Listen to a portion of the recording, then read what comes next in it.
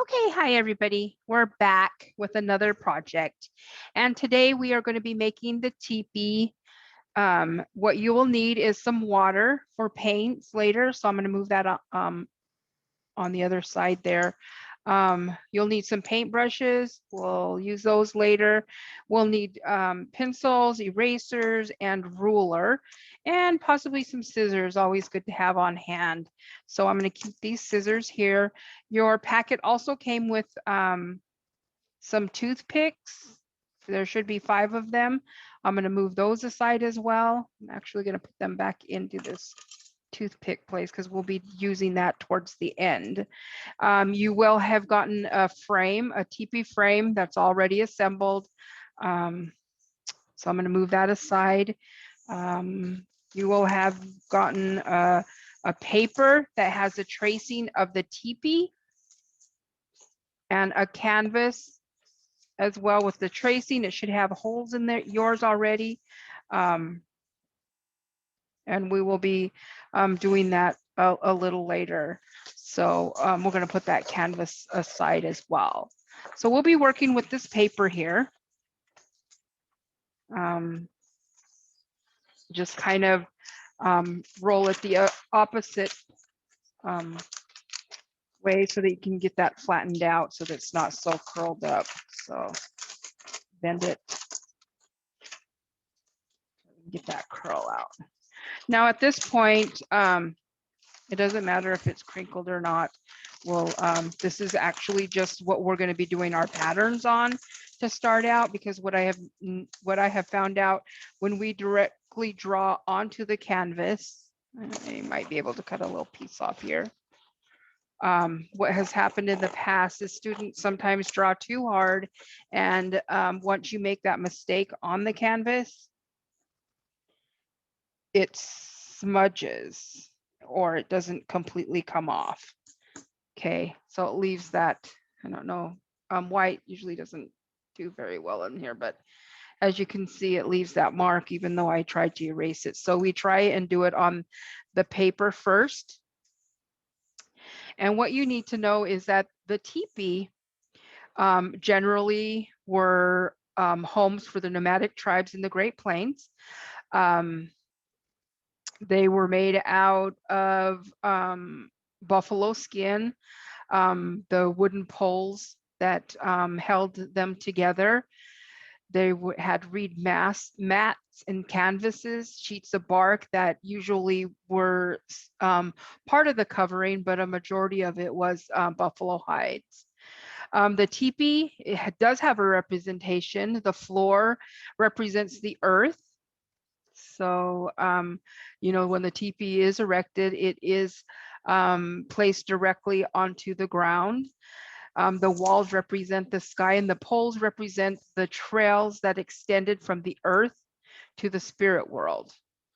Okay, so the door of the teepee always faces east. And the poles, again, link life to earth, and the sky region on the top of the teepee represents the creator, the stars, and the universe and spirits.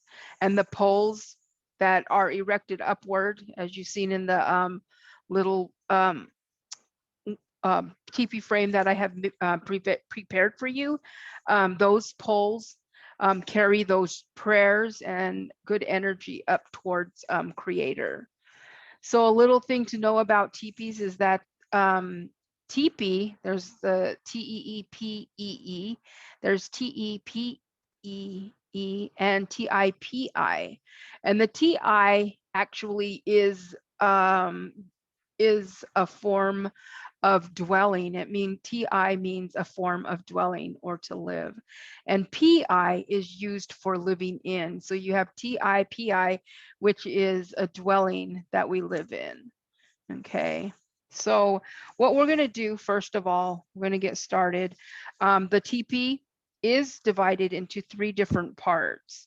So here's a cutout of a teepee. Okay, this is how your Actually, this is actually the same thing. It's going to look the same way. The teepee is divided into 3 sections. You have the bottom section. I did this one a little bit fast, and I want you guys to do a little bit more um, work than I have here. I actually haven't done this straight across, but the teepee is divided into 3 pieces, usually half of the door or a little below the door. The bottom half of it is the border design, and it represents earth. Okay. And then you have the middle part, and that represents usually the vision or the deed owner's life. Here we can see that possibly he has 3 different or 4 different horses, horses that have won in battle. Then you have the top design, which is this top, the flap, usually extending to that first nodule or the flap itself. And that represents the spirit world, the sky, or again, the universe, the stars, different spirits of life. So what you want to do is keep in mind that the top symbolizes, like, again, the sky world. Okay, so what we want to do is I want you to be able to have a ruler in hand. You're going to be doing your design on this paper, and I'm going to measure like 2 inches up. So this is how I would do it. So 2 inches, measure all the way around your teepee. As long as you could, as long as you're going to be able to connect those lines later. Okay, so here we go. And don't guesstimate, make sure that you just measure. It's a lot easier. Okay, so once we do that, you can either take a ruler or in this case, since my lines are a little further apart, I want to kind of move those a little closer so that I'm able to connect those lines. Okay. So that they're measured exactly 2 inches. So pretend like I did that all the way around. If you're good, you just keep your hand steady, connect all those lines. 2 inches. I did mine 2 inches. Of course, you know, when you look at big teepees or teepees that are 14, 12, 16 feet high, you gotta be able to, the people were able to look at those and paint their designs on those. So 10 tanned buffalo hides will cover a 14-foot teepee. For 16-foot lodge, there's 12 hides, and 14 will cover an 18-foot. So they get bigger and bigger. You know, the bigger you go, the more hides you're going to use. So I'm going to do this about 3. Let's go here. Let's do 3 1/4. Okay. So going from the top, doing 3 1/4 all the way around. You're doing the same thing. 3 1/4. This one, let's just say we did it, doing it at the extent of that that flap there. So I'm going to take it all the way around. I didn't measure it all the way around, but of course you'll have to do that. Okay, so I kind of eyeballed that. Okay, so I have my 3 flaps, right? So 1, 2, and 3. And then I have those holes here, which is 1, 2, 3, 4, and then 2 here. Okay, so since I have this, what I'm going to do is I'm going to try and do my my design, keeping in mind green, you know, usually represents the earth. And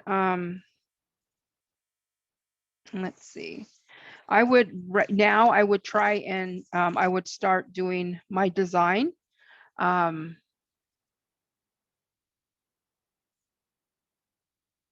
think I will do. I think one time I did turtle heads. Just trying to give you guys an example of what I did, and then I just did. So that's kind of big.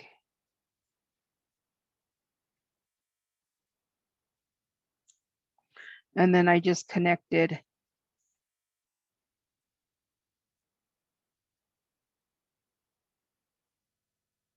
those. Oops, this head's probably right here.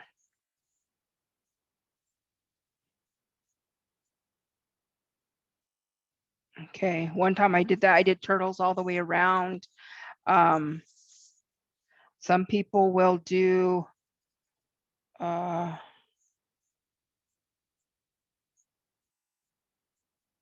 another design I would have done. It's a basket design. I think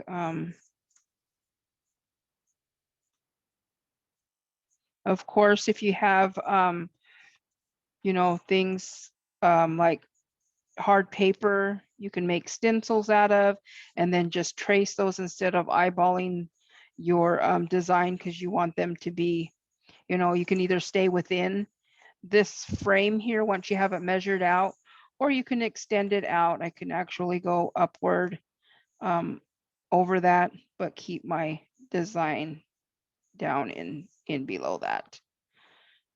Okay, and then my next one would be about me, my family. Again, I would have, you can have horses. I think one time I did horse tracks. I did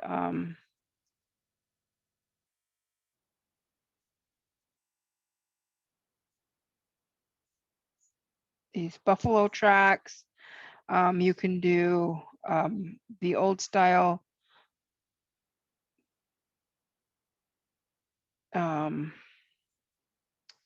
dragonflies. You know, you can face them different directions. Let's see if I can do this one a little fast. You guys need to take a little bit more time than what I'm doing here. I'm just doing this as a demonstration. You know, this that way you can do the new ones, new dragonflies. If you want to do, you know, that representation of protection. Up here, you can do a blue black blue. I wonder if I can do it with colored pencil here.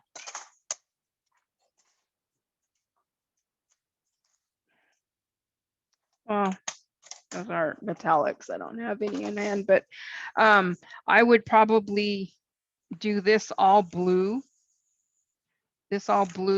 and then you can take white paint, like cut this, or not cut this off, but kind of on your canvas when you start painting, do it blue, take white paint and kind of like splatter dot it to look like a universe, or you can also make dots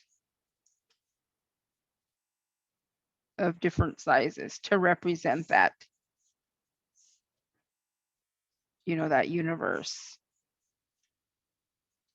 You can make stars.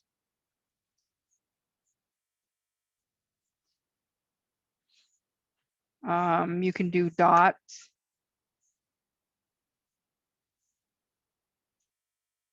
Okay, or you can just make a plain color with simple yellow design, stars, whatever you want to have on that top. Once you're done with this, designing your design, what you want to do is you want to put it up to the window. You're gonna cut this out.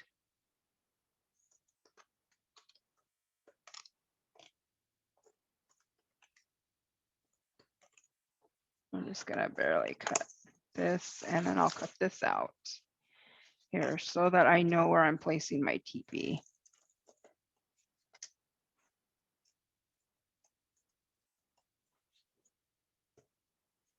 So you can cut this side out. Okay. And then that way you know where you're placing your teepee. The teepee usually was, so we line that up. The teepee was usually pitched on the ground, of course. There were, believe it or not, there were inches of the teepee that were still not touching the ground, but there was a liner that hung inside that extended to the ground. So that sealed the bottom to the lodge. So this teepee actually didn't hit the ground. It was the lining, and it was a lining that was like almost halfway or a little below half that was pitched as well, that sat inside the teepee that connected the ground and the teepee together. So this teepee actually never, the cover never hits the ground. The cool air would come in through the teepee door and extend upward, and the control of the fire, rain coming in, was controlled by these two flaps. So it's pretty interesting. And historically, the teepee has been used by so many of the indigenous people in the plains, the Canadian prairies of North America. There are seven sub-tribes, the Lakota, the people of Iowa, Oto, Pawnee, and then you had the Blackfoot, the Crow, the Assiniboines, and Arapaho, and the Plains Cree. So a lot of the tribes up in the plains actually use this. So once you do this, what you're going to do is you're going to be able to hold this up against the window. You can't see it here, but you'll be able to trace, instead of recreating your whole design, you'll be able to trace your design on here and holding it to the window, and without any mistakes, and get a good copy of that. Okay, so I'm going to grab a teepee that's already finished. So once you have that all painted and it's dry, you will be able to finally pick it up and be able to work with it. This one, although I need to go over it with more paints to cover that white up, I don't want to be seeing that white on your teepee. This needs to be a little bit more, done perfectly, probably outlined in black, and these horses need to be redone. So, and then here's another one. This again represents the family or the owner of this teepee. This one's not finished. I think I was going to do this blue, and then take your paintbrush when you get a chance, and you take your paintbrush and you put your paint in it. You can actually take these bristles and flip it, which will make those little dots. And then this one was just one that's undone as well. As you notice that these buffalo are not perfectly done, which is fine. I don't know about if you remember the incident with the lady that got her pants taken off by the buffalo. This was one that my brother did, and he didn't finish it. So, okay. So what you're going to do next is you're going to grab, once your teepee's all finished and it's ready to go, you're going to take your teepee. These are actually tied, you can see in there, just like a real teepee would have been tied. Okay. So these go up and down if need be. Okay. So what you're going to do is you're going to put your teepee around there, your teepee around your teepee frame, and you want to make sure that these are just at the brim, or around the neck of that that string. Okay, so you can see that. And what you're going to do is you're going to bring it around just like a coat. This is when you need your toothpicks, and you're going to put one just as like you're zipping your coat. You're going to put one over the other side. You're going to go down into one hole and then go, actually, when we bring it together, you're going to go down this hole, the second level, and then back up.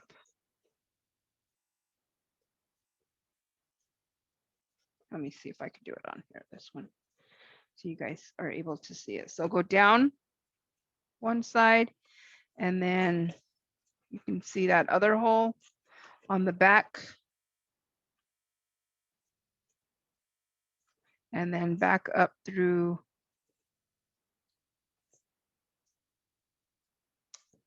Oops.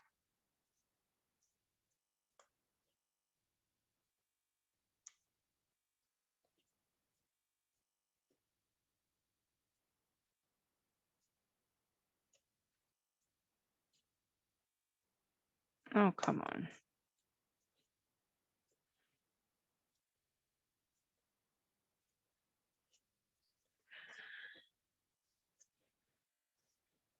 So it's not supposed to be giving me trouble here. So if it does give you trouble, you just need to work with it. Be patient. Down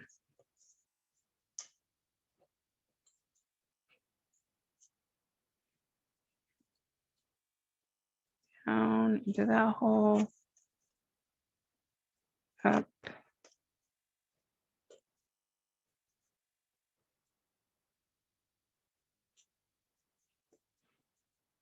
Okay, come on. It's coming through here.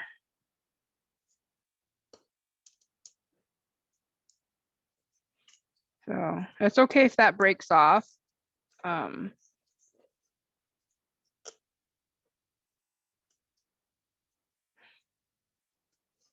There you go. Okay, because we're going to end up breaking those sharp tips off anyway. So there we go. So you should, this one has 1, 2, 3, 4, 5, 6. You should only have 5 altogether. So let's work from here, go down. I don't know if you guys can see that. I'm going down one hole, down this side, through the back.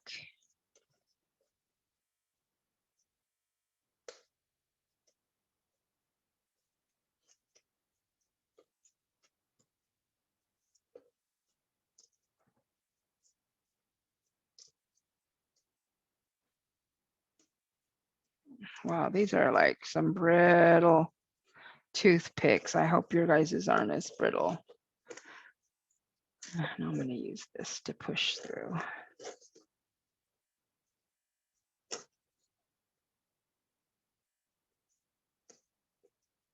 Okay. So what you're going to do is you're going to keep on going down till you have all 5 of those through. So you have to kind of play with those to make sure that you have all of those in. I'm missing the holes here. So go down through that, down through that, or up through that one, through the back one, and then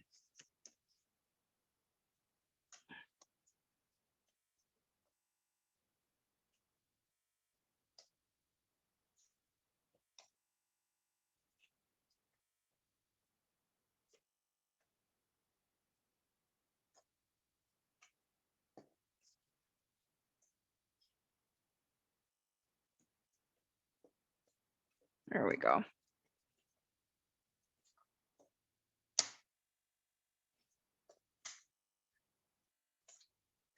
Okay.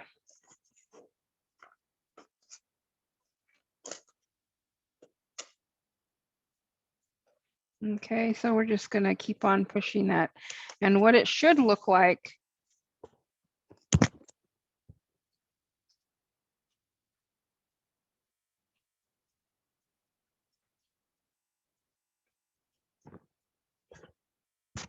okay, so you're gonna work those all the way until you have them all connected, and they should look like this. Okay.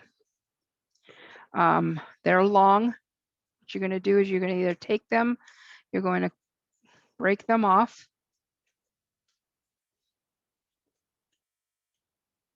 So they're not as long.